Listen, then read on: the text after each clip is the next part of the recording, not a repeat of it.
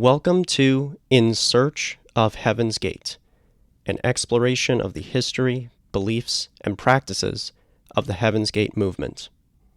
This is Episode 2, Heaven's Gate and the Unbelievers, an overview of soul deposits, negative influences, and the problem of unbelief. Every religion is faced with at least one common problem. Well, perhaps some people think religions are faced with many problems, but for our purposes, we'll focus on just one of these, and that is the matter of unbelief. If a religion is true, and especially if a religion is posited to be the truth, then at some point, the following question is likely to arise. Why doesn't everyone recognize the same truth of a given religion? Why are there those who don't believe? In many religions, the doctrines adhered to by those who do believe also consist of explanations for why they are able to recognize the truth of their religion's statements and beliefs, whereas others reject them. In Heaven's Gate, there are essentially two important concepts accepted by followers, which are thought to explain why they have been born at the right time, which is to say, born during a period in which a representative from the next level is physically present on Earth, and why they have been able to find and recognize their next level representatives for who they truly are, why they have been able to follow their representatives' instructions for overcoming their human condition, but the vast majority of people have not been able to do these things. The first of these concepts is what Heaven's Gate believers refer to as soul deposits, impressions gathered over the course of many lifetimes, which enable a person to receive the teachings of the next level.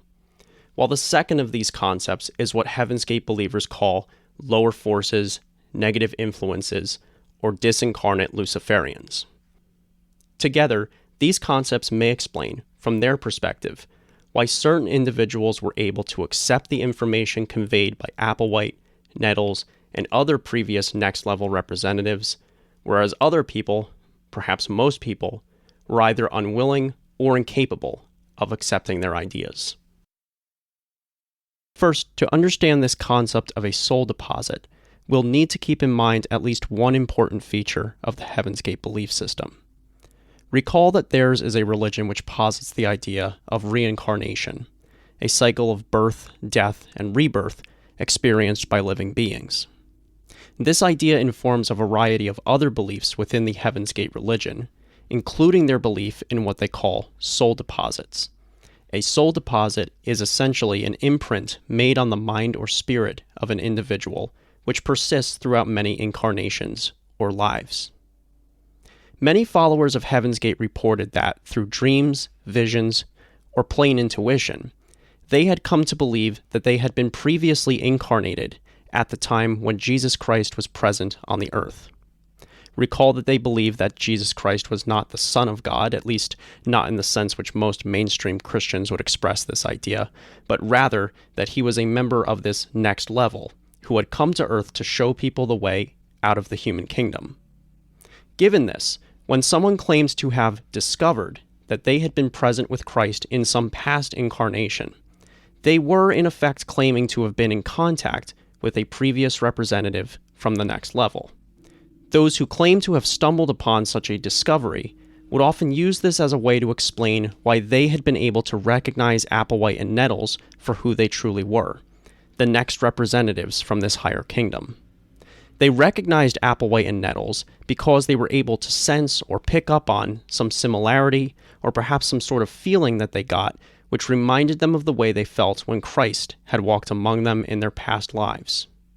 Thus, some members of Heaven's Gate, including many of those who were present during the suicides of 1997, believed that they had actually met their leaders before, albeit in a different body and in a past life. However, as many of them would go on to explain, they had not successfully overcome their humanness the first time around. That's why they had to reincarnate. That's why they had to wait until they got another chance to meet the next representative who could come to be their guide, their teacher, their shepherd. When they first encountered the leaders of Heaven's Gate, many of their would-be followers later described feeling like they'd always known these individuals, like there was something about them that they recognized on a deep personal level. To put this in their terminology, certain individuals who were present at the time of Christ were given soul deposits, faint memories or impressions that they would carry with them, somewhere deep inside, from lifetime to lifetime, until finally, the next representative would appear to them, allowing them to continue the work that they may have only started on 2,000 years ago. The concept of soul deposits also helps to make sense of why the followers of Heaven's Gate strove to make their teachings available to others. It was their belief that many people who were not aware of the group's existence would be able to recognize the information contained in their videos and pamphlets, allowing them to seek out their next level representative and get on with the work of overcoming their humanness.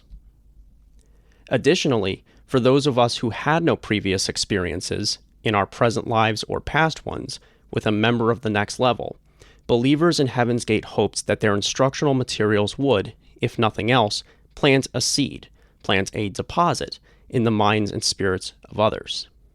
The idea was that maybe, in another couple thousand years or so, those of us who have encountered the teachings of Heaven's Gate, even indirectly, even after the group was gone, will remember the impression that this information left upon us the next time our creators come to Earth.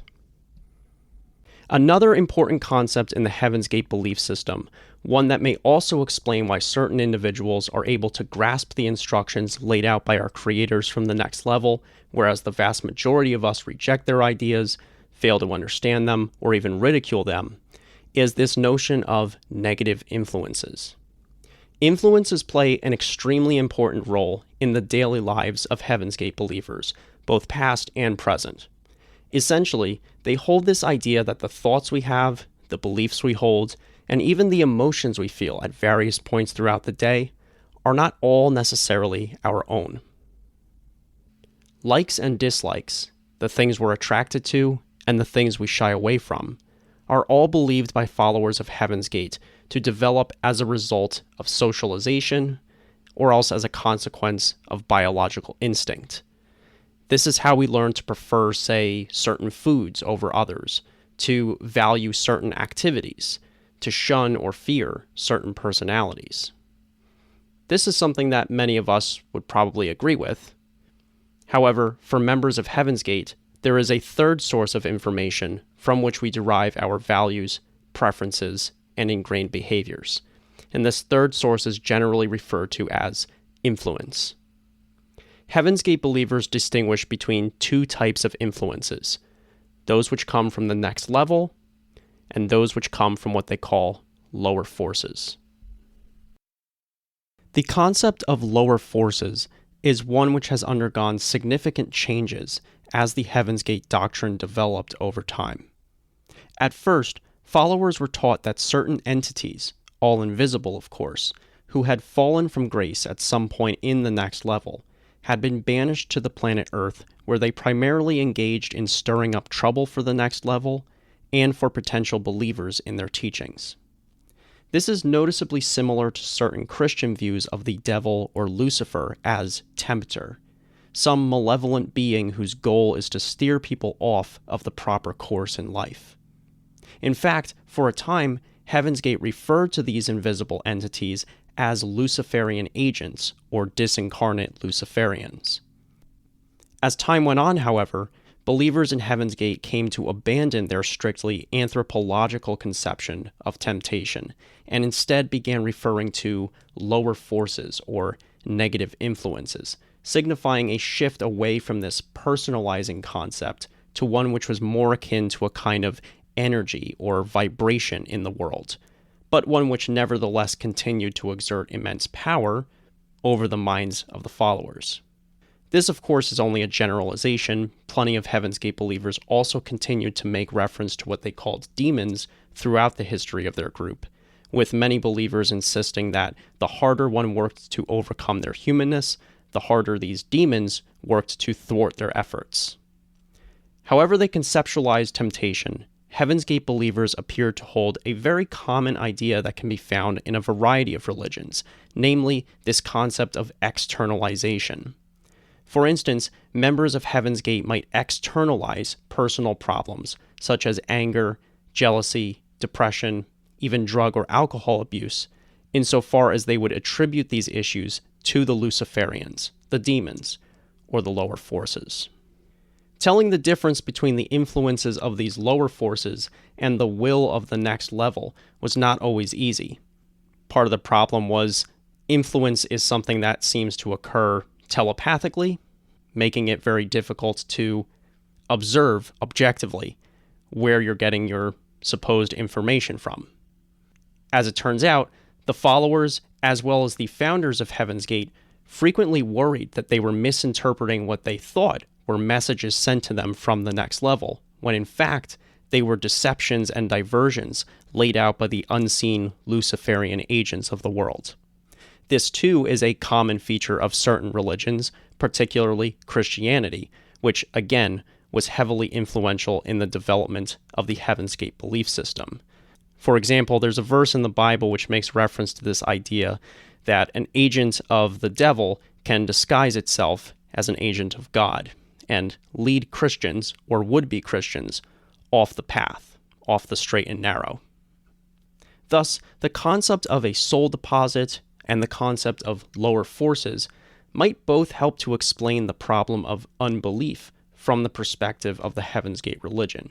The reason certain people are able to recognize their next level representatives and follow their instructions is because these individuals have, at some point in the past, been endowed with a deposit of information in their mind or souls.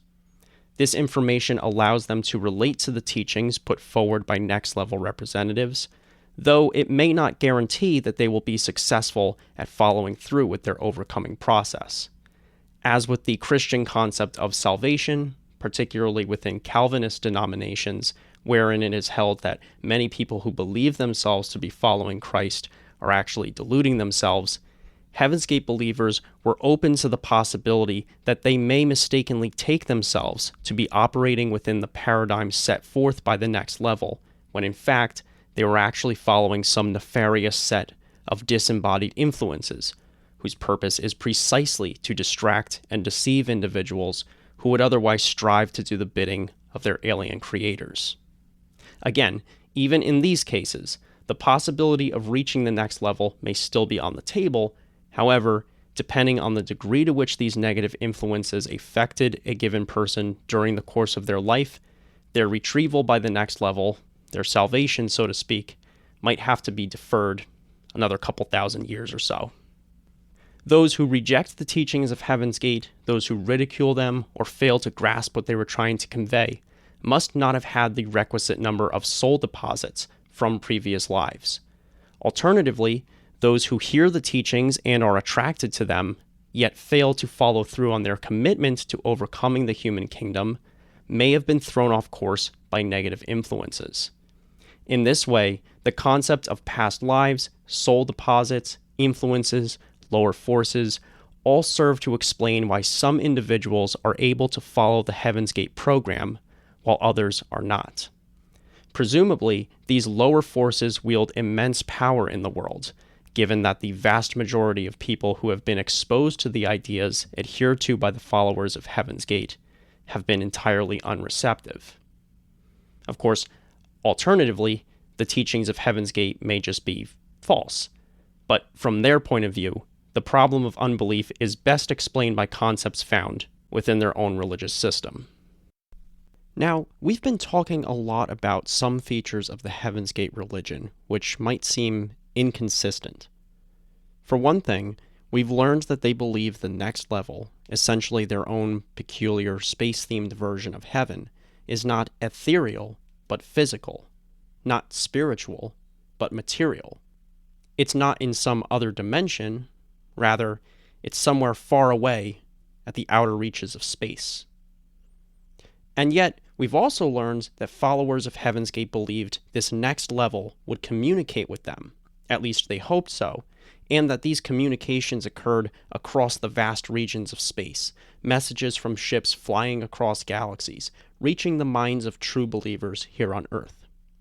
Meanwhile, they're spending all this time trying to discern between the telepathic messages they hope they're getting from their creators and the negative influences from the Luciferian forces on Earth meant to deter them from their mission. All of this sounds rather spiritual. Invisible entities, telepathic messages, past lives, reincarnation. What exactly is material, physical, about any of this? And what about the frequent references to souls and spirits, especially when these terms are used interchangeably with the word mind, as is very often the case in Heaven's Gate literature? At this point, it seems appropriate to touch on some of the metaphysical components of the Heaven's Gate cosmology, which is to say, those beliefs pertaining to what they thought reality, at its essence, is made of. This should help to clarify what Heaven's Gate believers mean when they talk about their minds or their souls, their relationship to the next level, why they insist that this higher kingdom is a physical location in the universe, even though the way they talk about it often seems to contradict this assumption. And that's what we'll look at next time. This concludes episode 2 of In Search of Heaven's Gate. Thanks for listening.